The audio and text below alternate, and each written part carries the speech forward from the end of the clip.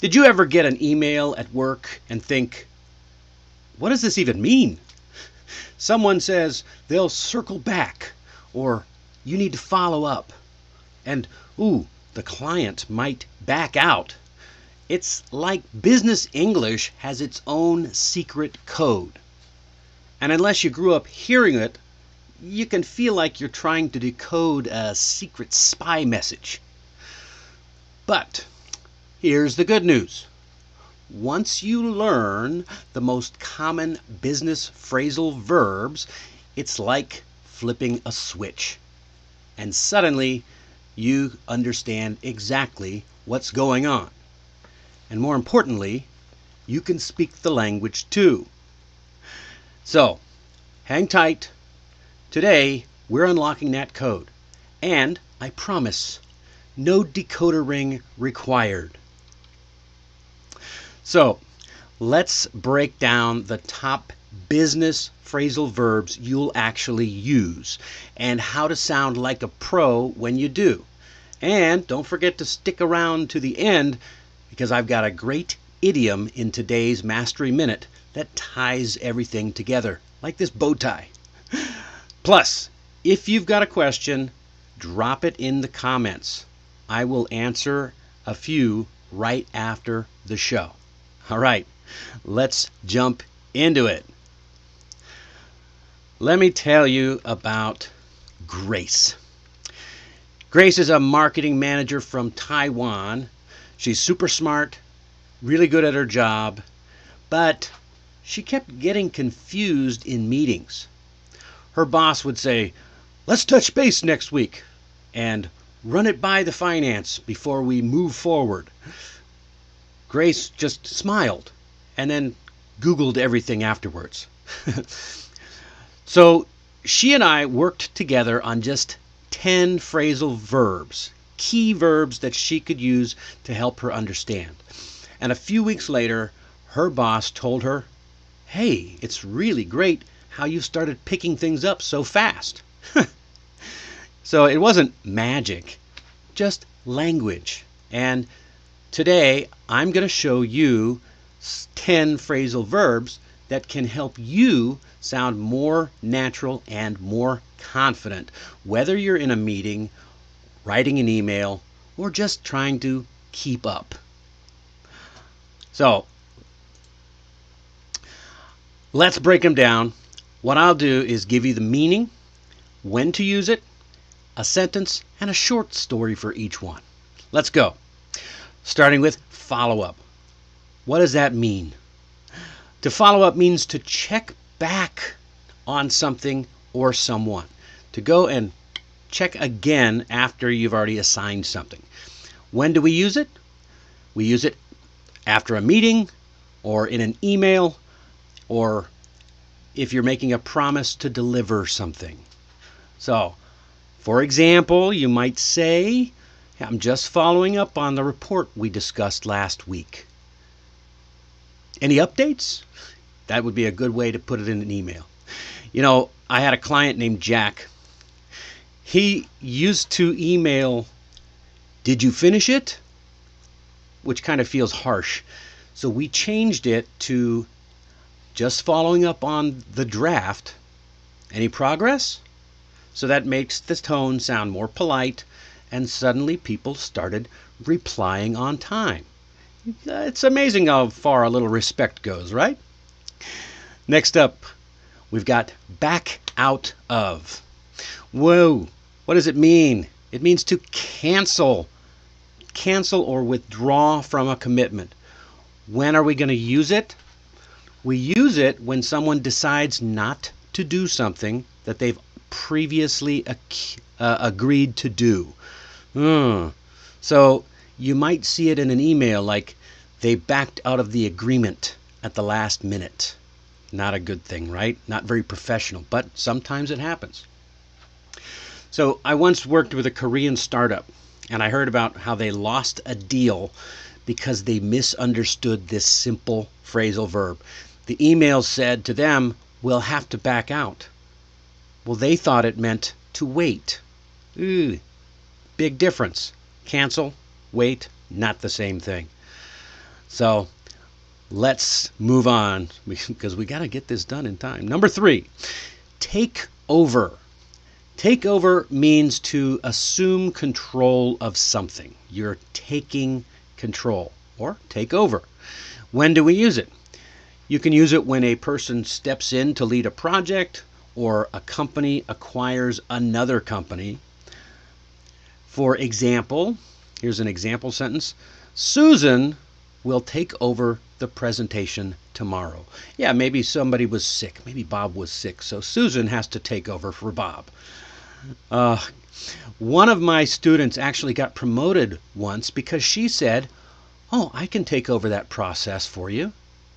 And because she sounded confident, she proved that she could lead and ended up getting a promotion. Good deal, right? Next up, bring up. To bring something up means to start talking about a topic. When you use it, you want to use it to raise an issue or to share an idea. It's funny that you bring that up right now. Or, I wanted to bring up the timeline concerns. Oh, that's kind of serious. I wanted to bring up these concerns. Like I said, it's good for when you want to raise an issue. So I had a student who once said, "I want to say the schedule thing." Wow. I said, that sounds a little awkward. Why don't we change it to, "Can I bring up something about the schedule?" Suddenly everyone's listening because they understand the point of the message. All right? That's a good thing. Number 5, to run something by someone. To run something by someone. You want to fill in the blanks there. Means to ask for someone's opinion or approval or permission if you need to. Ooh, excuse me. Now, before making a decision, or you want to use it before making a decision, or to double check with a manager or a client, or ask for permission. So you might say, "Let me run this by the team before we finalize it." And well, there we go. And what happens here is this builds trust. A client of mine in Singapore used this in an email and got praised for being thoughtful and professional, building that trust with the client. Next up, to call off. To call off means to cancel something officially. To cancel something. When do we use it? You can use it anytime there is something scheduled. It could be a meeting, an event, or a project that's being canceled or stopped. So you might say, "They called off the event due to the storm." Not a good thing. I had a client once who we were planning a workshop together. The weather got bad, and so she used that in her email. "We've decided to call off tomorrow's session." Pretty clear, professional, and nothing out of hand. The next one is all about reducing the amount of something, to cut back on something. You're reducing usually costs or time when you use cut back on. You want to use it when a business wants to save resources. You can see some examples. We're going to cut back on travel expenses. We're cutting back on the budget for so we can lower our quarterly spending. We're cutting back on our resources. Very simple. And it's not just for business either, because you can use cut back on. Maybe you've put on a few pounds after the holidays, or maybe you've just been really busy lately. Oh, I want to lose some weight, so I need to cut back on the dessert. That's right. So, yeah, I had a client who used to say, "We need to stop spend money." And so we changed that together to, "We're trying to cut back on spending." That sounds much more natural. Okay, to look into. To look into means to investigate or research. When do we use it? Use it when something needs to be checked or fixed or explored. When there's some issue that you just need to know more about, you look into it. And yeah, for example, we will look into the issue and get back to you. And that's actually what one of my IT clients started to use. Once he learned this, he stopped saying, I will check the problem later, and we changed it to be, I'll look into it this afternoon. And that sounds more respectful, and so the clients really appreciate that. You're giving them a timeline, and you say, I will look into it. Yeah, check up on it. Check up, that's another good one that goes well with look into. Next is to carry on or carry on with. Means to continue doing something. Carry on. Carry on. That's something we say in the military when an officer walks into a room, everyone stands up and the officer has to say, carry on. That means continue doing what you were doing. So we use this after a pause or when you're giving instructions. Okay? I often use this with AI as well. When AI asks me a question, do you want me to do this? I say, carry on. Right? So I had you might say something like, okay, we've been sidetracked, so let's carry on with the meeting. I had a student who would freeze up when someone said, go ahead and carry on, because he thought they were asking him to leave. But when I explained it to him and he started to practice, then he got confident. He understood, okay, he doesn't want me to leave. He wants me to keep going, keeping things moving with the meeting. Okay. Now, last one, number 10, to point out. Point out. Well, what? Where are we pointing? Why are we pointing out? To point out doesn't mean to point outside of something. It means to highlight something. Make it more noticeable. Make something important stand out. And we use it very simply when you are giving a presentation or when you're giving feedback. For example, you might say, she pointed out a mistake in my report. And one of my students used this to give polite but direct feedback to his boss. Yes, you can point things out to your boss. He said, boss, may I point out one small issue? And afterwards, the boss was very thankful. See how polite he was? May I point out one small issue? He asked it like a question. So, your challenge, we'll get to that in just a second. Phrasal verbs like these may sound casual, but they're actually useful in business English. So if you learn them, you'll stop sounding like a beginner and start sounding like you belong. Now we get to your challenge for this Monday. I want you to pick one of today's phrasal verbs and use it this week in a meeting or in an email. It just have to use one.